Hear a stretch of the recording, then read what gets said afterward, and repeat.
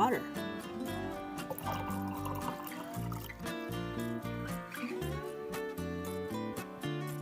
This is Vanlife water treatment, guys. I'm going to show you how I treat my water in my van.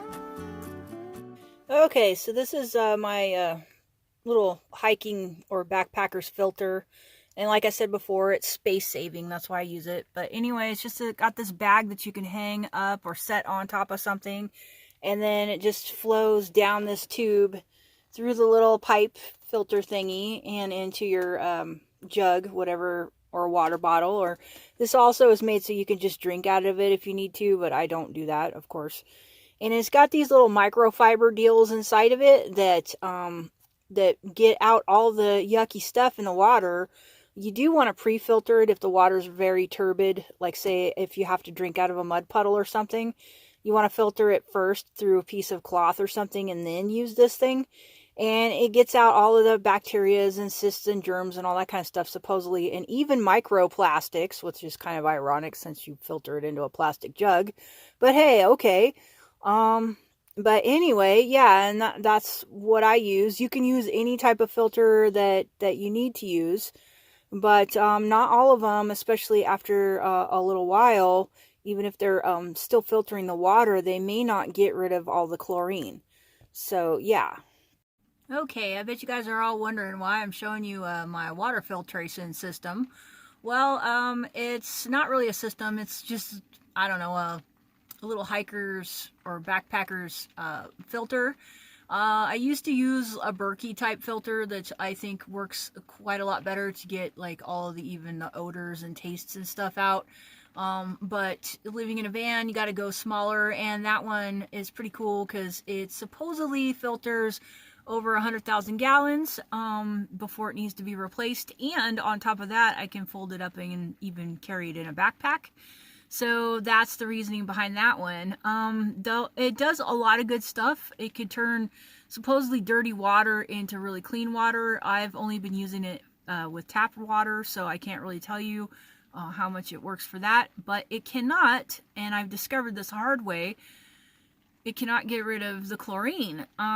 So this video, I'm going to show you guys a few little things that I do to help get rid of the chlorine in my drinking water. Now, it's not what I'm going to do here is how I do it. This is my disclaimer. Hopefully it'll give you guys some ideas. Do your own research, but this is what I've come up with. And also, just so you know, no matter what you do, you cannot get rid of chloramine. So this is only for chlorine.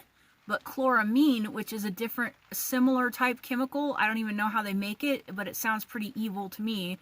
Apparently, there's not much you can do to get rid of it. So just a disclaimer, if you know that your water has that in it and you don't want to drink that, then you might want to just get some bottled water anyway. Brave the store.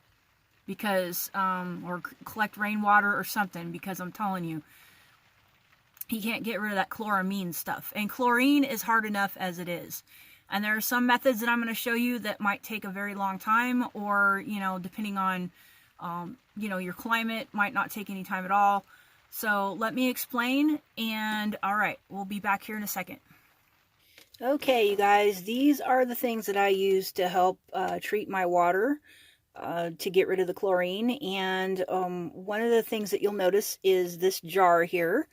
And that's one of the easiest ways to do it, but it takes quite a while. And it could be any kind of vessel. It doesn't matter. It doesn't have to be a drinking jar. It could be anything that you could hold water in, as long as you just keep the lid off. And eventually the chlorine's going to dissipate, because that's just what it does. It's just a temporary thing, as long as there's some air exposure to it, or even heat. And that's another point. These take longer the cooler that it is. So if your house or van or whatever is cool, then this method may not work for you if you need water right away. And what I do is I always make sure that this piece of cloth is over it, you know, like this, so that it doesn't get dust in it. And then I set it out in the sunlight, because another thing that helps to dissipate chlorine is ultraviolet light. And you can use one of those steri pins, you know, like the kind that they use to sterilize like drinking water. You can use like a bigger ultraviolet light if you have one. But those cost money, and they say to be really careful with them and not expose yourself to them for very long, and don't look at them. So to me, that sounded pretty spooky and dangerous. And I didn't want to put charcoal in my stuff because that could be messy. You know, I could have built a fire and then stole some charcoal out of there and like filtered it through the charcoal and then put it through my filter. But that's just a big mess. So I didn't want to do that. So this is one of the longest ways to do it, but it is basically, it's cheap, no money. If you've got a jar, especially if it's a clear jar, and a place to set it for sometimes even a few days, this is the way to go. This is cheap, practically free, no money involved. You get rid of the chlorine, you don't have to worry about it. This one is my second method that I really like, because this you can do very quickly. All you do is put your water in there and bring it to a boil and let it sit there hot and just off gas for about 20 minutes, and the chlorine's gone. What I like to do is before I go to bed, I like to boil this water and get it to where it's just rumbly boily, like I feel like the pot's going to explode, and then I turn it off. And then the next morning when I get up, I just boil the water again for my coffee or whatever. And that seems to work very well. I can't taste any chlorine at all, and it's great. Excuse me, the websites that I read about this and the books that I read, because I've been researching this for quite some time now, they say that like it's better if you can simmer the water too, because that'll get rid of it more faster. If you want to do it, use it right away. But for me, I figure if I do it overnight and let it sit and then boil it again in the morning to use for coffee, it's just fine. And I haven't tasted not even a trace of chlorine. So those are two simple, cheap, and or even free ways that you can get rid of chlorine without one of those fancy filters. And what I would do is, like I said, unless you have a Berkey or some other filter like that can get rid of chlorine, what I use is like a backpacker's or a hiker's filter, and then use this method, and it works great for me. Both of them. I do both of them. And like I say, this jar, I bought this particular one because it's got this gasket on it. And if you notice, this, I don't fill it up. And then there's two reasons. One is so that it has room to splash and has less potential to leak. And two, there's more surface area here that's exposed so that the chlorine can dissipate faster. So if I had filled it all the way up, then it's going to be bottlenecked, literally, at this rim here. And so there's going to be less air exposure to the water for the chlorine to escape. So that's just one of the reasons why I do that is, so that it could do its thing faster, but also to keep it from splashing out all over my van. So hopefully one of these methods will work for you guys. Okay, so the reason why I'm bringing this up is because we're told that we're not supposed to be going into public as much as possible. And if you're like myself and a lot of other van dwellers, you may not have room for a whole bunch of water and then bottled water on top of that. But you could always go to a gas station and fill up at the Radiator water station and, for free, or go to a park or something like that and get water. And you don't even have to go inside. You don't have to talk to anybody, touch anything, do any, you know what I mean? You're staying away from people. You're keeping your social distancing.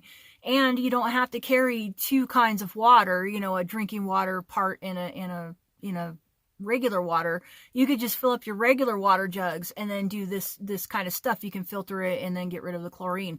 But again, like I said before, this is how I do it. So hopefully this can give you guys some ideas. And remember, chloramine is different than chlorine. Okay, no matter what you do at home, it doesn't matter. You cannot get rid of chloramine. So you're still going to want to buy bottled water if you don't want to take the risk of drinking that. Now, however, right now, you guys may not have a choice. You might just have to filter it and drink it anyways and deal with whatever, because it's going to be a short time anyway, and it's not like you're going to be drinking the chloramine for years. So yeah, I just wanted to give you guys like a heads up on that, and I hope it helps somebody, because there's all kinds of weird stuff that people don't, think about, before, when things are happening. And then all of a sudden there's a couple weeks later and you're like, oh crap, I'm out of water.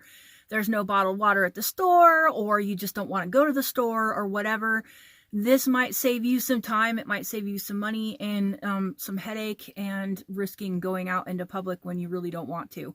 So yeah, and this could work for you at any time in your life. So yeah, I'm just going to try to bring more of these kind of skills to you guys, because I think it's really important, especially in this day and age. And I want you guys all to know that no matter what kind of rig that you live in, there's always something you can do to be prepared. So thank you so much for watching, and I hope this helps you guys out. And please, if it does, just support my channel, like and subscribe, and hit that little bell so that you can get notified of all my videos. And remember to make sure that it says all on there so you get them all. And thank you so very much, and I hope you guys are having a nice day, and stay safe and warm. All right, talk to you later. Bye.